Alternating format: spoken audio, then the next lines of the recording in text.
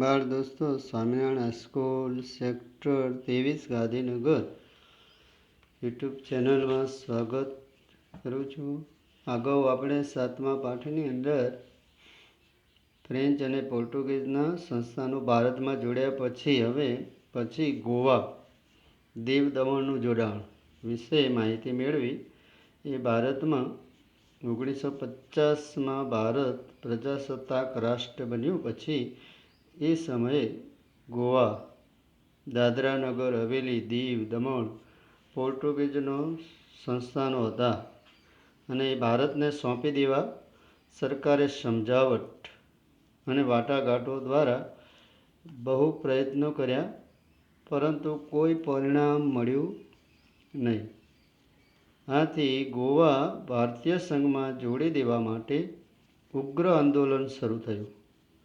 18 જૂને 1945ના રોજ મોટા પાયા પર સત્યાગ્રહ ચાલુ કર્યો ગોવાના વિરુદ્ધમાં, અને આ રીતે એ પછી સરકારે તિરંગો ધ્વજ ફરકાવવા બદલ પોર્ટુગીઝ સરકારે સેંકડો સત્યાગ્રહીઓની ધરપકડ કરી લીધી. 22 જુલાઈ 1945ના રોજ દાદરા નગર હવેલી કબજે કર્યું.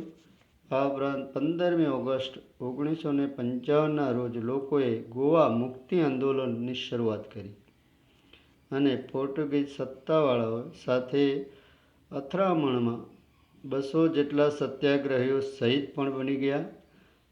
પછી સમજાવટ અને સત્યાગ્રહ જેવા શાંતિ પ્રયાસો દ્વારા સફળતા મળે કે ન મળે એ માનીને ભારત સરકારે ગોવા મુક્ત કરવા ઓપરેશન વિજયની શરૂઆત, એક લશ્કરી અભિયાન શરૂઆત કરી. એટલે ઓપરેશન વિજય એટલે શું? તો ઓપરેશન વિજય નામનું લશ્કરી અભિયાન શરૂ કરવાનો નિર્ણય લઈ લીધો અને 18 ડિસેમ્બર 1961ના મધ્યરાત્રિએ એ જનરલ ચૌધરીની આગેવાની હેઠળ એક લશ્કરી અભિયાન શરૂ કર્યું અને લગભગ 1.5 દિવસમાં ભારતના સૈન્યએ ગોવા, દીવ, દમણ કબજે કરી ત્રણેય સંસ્થાઓને ભારતનો રાષ્ટ્રધ્વજ ફરકાવ્યો અને આ રીતે ઓપરેશન વિજય સફળ મળ્યું.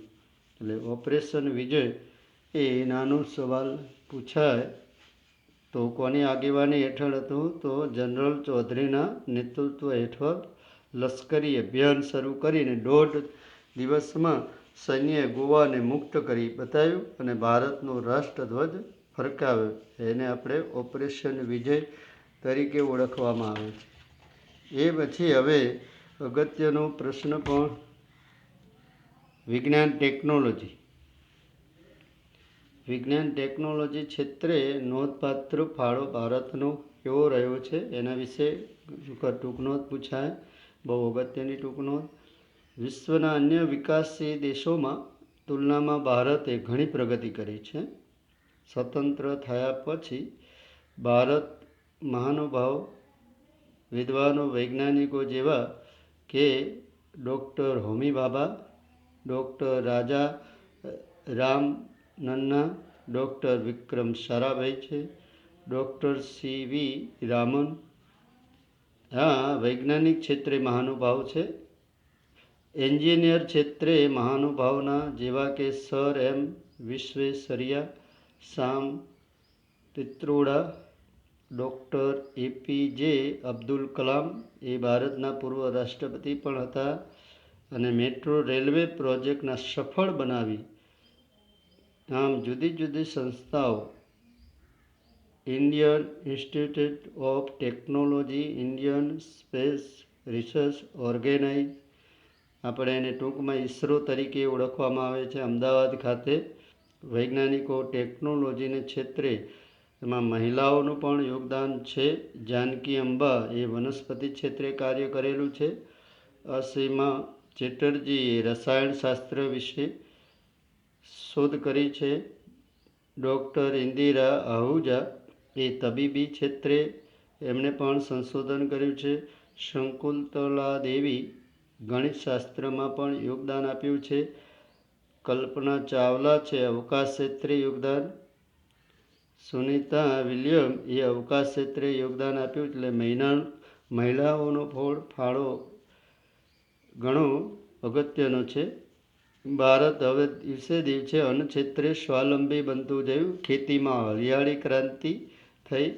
નર્મદા ડેમ દ્વારા સિંચાઈની સગવડોથી ખેતીમાં ઉત્પાદનમાં વધારો.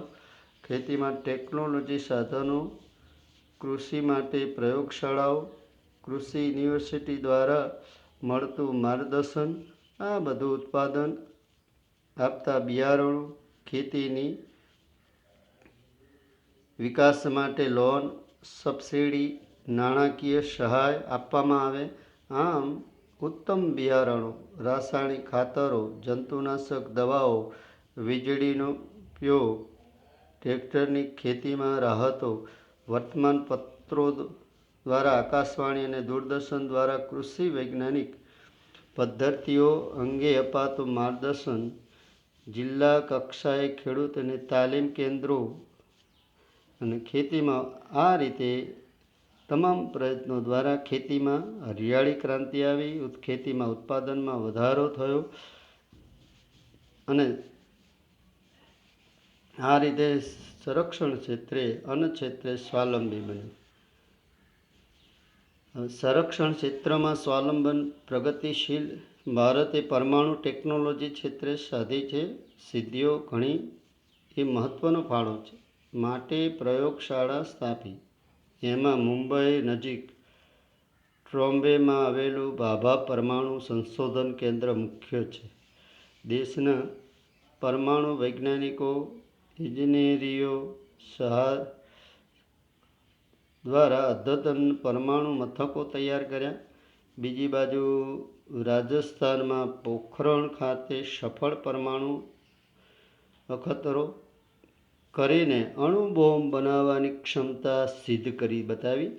તેમજ લાંબા અંતરો સુધી મિસાઇલો, અગ્નિ 1 અને અગ્નિ 2 એ મિસાઇલો પણ વિકસાવી. અને આ રીતે સંરક્ષણ પ્રધાનમાં પ્રગતિ આપણે કરી છે. એટલે સંરક્ષણ ક્ષેત્રે પણ ઘણી પ્રગતિ. હવે અવકાશ ક્ષેત્રે ભારતનું પ્રદાન છે. ભારત સેટેલાઇટ અમદાવાદ દ્વારા છોડેલા ઉપગ્રહો, આર્યભટ્ટ 1975માં, ભાસ્કર 1979માં, રોહિત એ 1979માં, છેલ્લે પોલર સેટેલાઇટ લોન્ચ કરી અને છેલ્લે મંગળ ઉપર પણ પહોંચવામાં અભિયાન આમ સિદ્ધિ ગણાય છે. ભારતે સંસ્થા ઇસરોની ભૂમિકા નોંધપાત્ર છે. એમાં સંદેશા વ્યવહાર ક્ષેત્રે ટેલિફોન, કોમ્પ્યુટર, ઇન્ટરનેટ,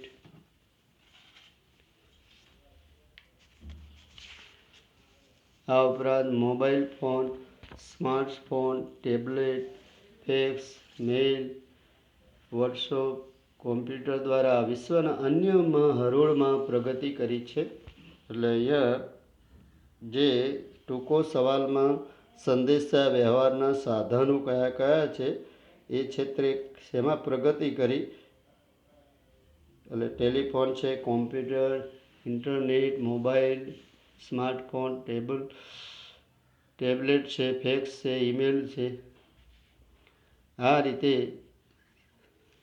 સમાજની અંદર વૈજ્ઞાનિક ક્ષેત્રે, અવકાશ ક્ષેત્રે પણ ઘણી પ્રગતિ સાધવામાં આવી.